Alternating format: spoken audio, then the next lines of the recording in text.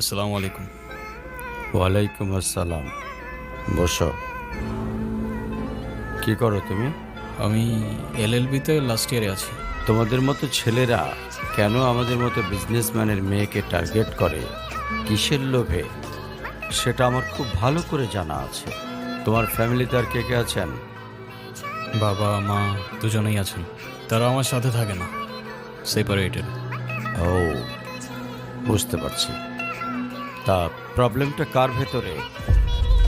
বাবা মাকে ছেড়ে চলে গেছেন নাকি মা বাবাকে? আপনি ঠিক কি মিন করতে চাচ্ছেন আমি ঠিক বুঝলাম না স্যার।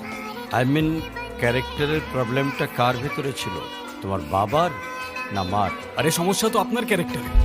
কিভাবে কারোর সাথে কথা বলতে হয় সেই ভদ্রতাটাও শেখেন নাই আপনি। কি টার্গেট করছি আমি? আপনার টাকা? অবভিয়াসলি, তা নয় তো কি।